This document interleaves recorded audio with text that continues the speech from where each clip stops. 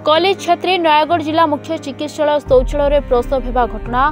मुख्य चिकित्सालय पीड़िता भेटिला राज्य कांग्रेस एक टीम।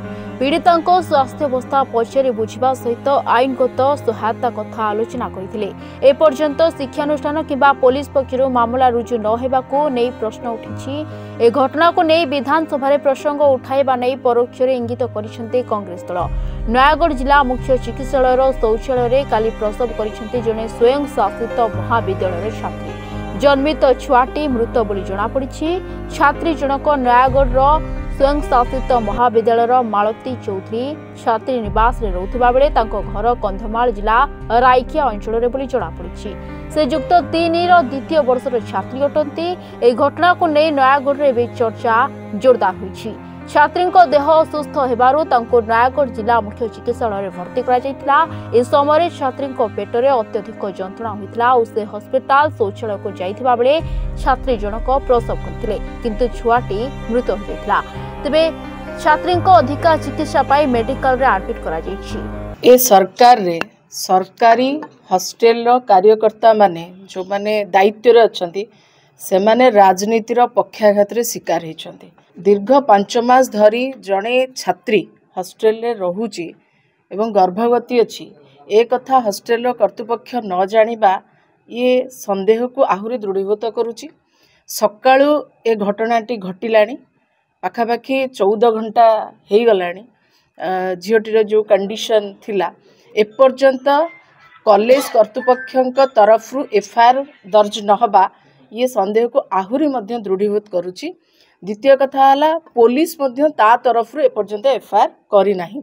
जदियो प्रमुख गणमाध्यम हो कि सोशल मीडिया रे ए घटना चर्चार शिरोनामा पलटिची, किंतु एजावत ना प्रशासनिक अधिकारी ना कॉलेज कर्तृपक्ष केही भी आ उपरे एफआईआर न करिबा कोठी ना कोठी ए घटना को आहुरी गोलिया कर दोची बोली आशंका होउची।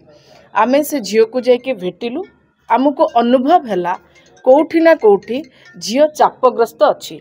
तेणुकरी एफआईआर नदबा कि ए विषय रे एक ए घटना को हालुका भाव में ग्रहण करवा प्रशासनिक अधिकारी हुंतु कि कॉलेज कर्तृपक्ष हुंतु हॉस्टल कर्तृपक्ष हुंतु ये कौटी ना कौटी संदेह को आहुरी दृढ़ीभूत करुची। आर प्रॉपर इन्वेस्टिगेशन हबार आवश्यकता अच्छी जहाँ एजावत है नहीं। ये चिंताजनक और दुखद घटना। आमे कॉलेज कर्तृपक्ष सहित ए बाबद रे कहीं एफआईआर है नहीं बोली प्रश्न करिचु।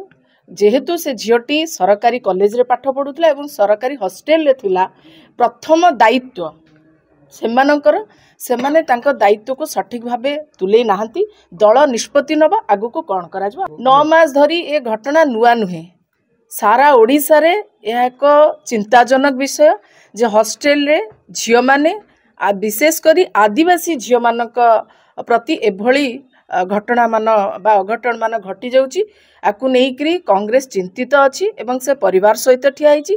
जो मानक सहित एभली अघटन घटी जाइची सबु बेले आमे सेमानक सहित ठिया हिचु। ए कथा को नेइकरी विधानसभा रे मध्य प्रश्न उठैलु, जहा फले आम दलर विधायक को जो भली भाबरे बहिष्कार कराहला गृहरु ता मध्य आपण माने देखिचंती। ए लड़ाई जारी रहिबो, आमे चुप बसिबु नाही। मो सहित आम दलर पूर्वतन सांसद नकुल भाई अछंती, आपणकर नयागढ़ जिला सभापति रंजित भाई अछंती, खोर्धा जिला सभापति राजीव भाई अछंती, आमर खोर्धार छात्र कांग्रेस सभापति सौम्य भाई अछंती एवं आम नयागढ़ जिलार आग धाड़ीर लड़ुआ वर्कर मध्य आम दलर कार्यकर्ता मध्य अछंती। नयागढ़ मानस कुमार साहू को रिपोर्ट टुडे।